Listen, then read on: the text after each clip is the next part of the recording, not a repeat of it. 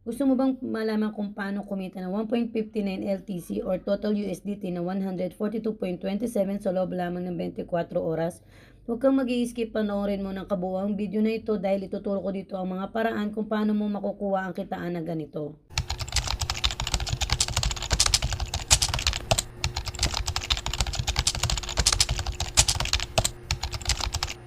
Hello guys! Welcome to my YouTube channel, and for today's video, Mga bagong earning and paying sites ang share ko. ito ay magandang pagkakitaan lalong-lalo na ng mga nasa bahay lamang gamit ang internet at cellphone lang. So sa mga hindi pa nakaka-subscribe sa channel ko, please consider subscribing and hit yung notification bell dahil nagtuturo po ako ng mga latest application and website na pwede natin pagkakitaan through online.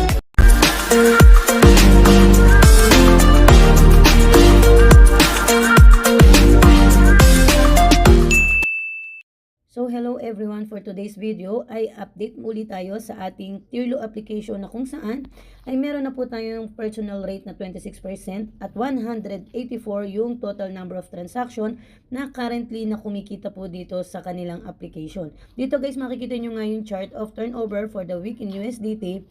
Halos makikita nyo nga dyan sa loob na isang linggo ay patuloy nga po na dumadami ang kumikita at gumagamit ng application na to.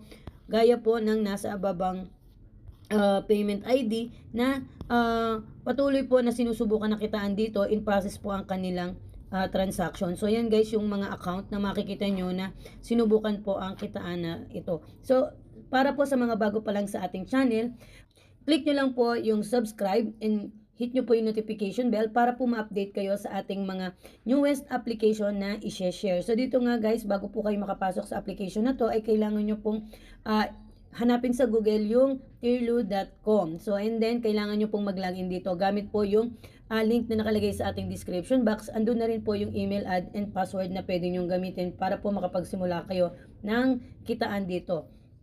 So, ang Tirlo application nga guys ay para po sa mga interesadong kumita ng crypto. Kung kayo po ay may mga crypto wallet gaya ng Binance at Trust Wallet, yun po yung gagamitin natin dahil ang ginagamit po dito ay LTC or BTC. So, ano nga ba guys ang LTC or BTC? So, dito guys, click lang natin yung 3 lines sa upper left side and then make a trade. So, dito guys, makikita nyo dito ang conversion ng LTC 1.124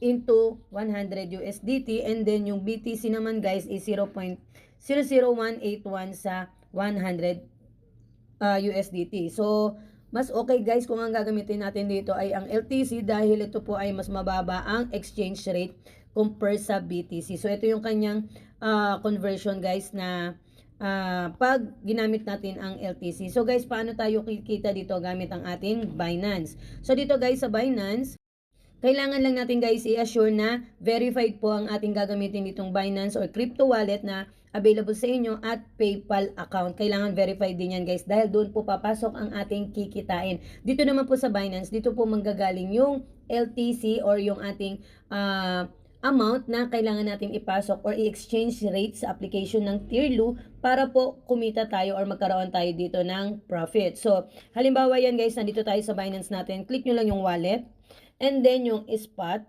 So, withdraw. Siyempre, kailangan ilalabas natin dito yung halaga at ipapasok natin sa ating application. Click nyo yung LTC, send via crypto network. And then, papasok tayo dito sa paraan ng pagsisend ng LTC. So, makikita nyo dito yung address, yung network, yung withdrawal amount. So, yan. Dito guys sa address, balik tayo sa ating application.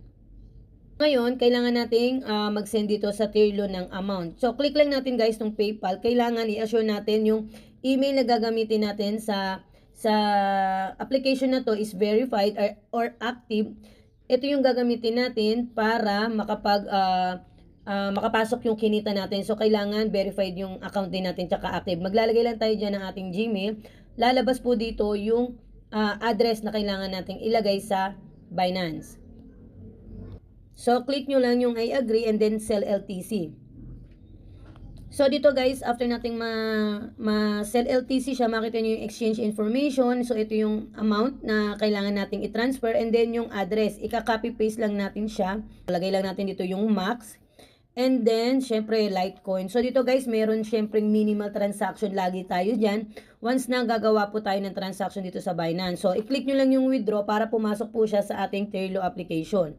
Back to sa Tirlo application, once na nakuha nyo nga po yung inyong address, and then, magpo-proceed po siya at magkakaroon kayo or makakapag-create kayo dito ng payment ID. And then, yung payment ID po na yun, nakapalaw po dun yung details ng inyong transaction. So, dito nyo makukuha or pwedeng ilagay guys yung payment ID para makapag-follow up po kayo sa kanilang system at malaman nyo po yung status ng inyong transaction.